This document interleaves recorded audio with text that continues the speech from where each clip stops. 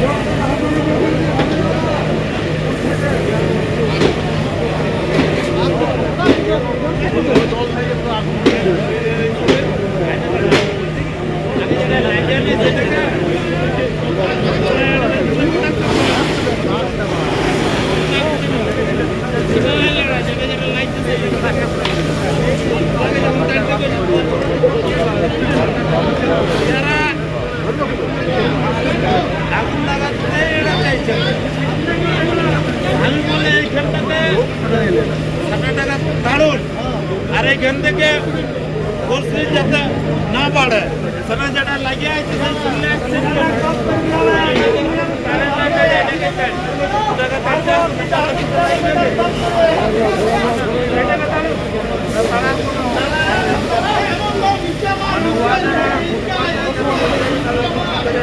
Bureau report, রাষ্ট্রীয় প্রসার বাংলা।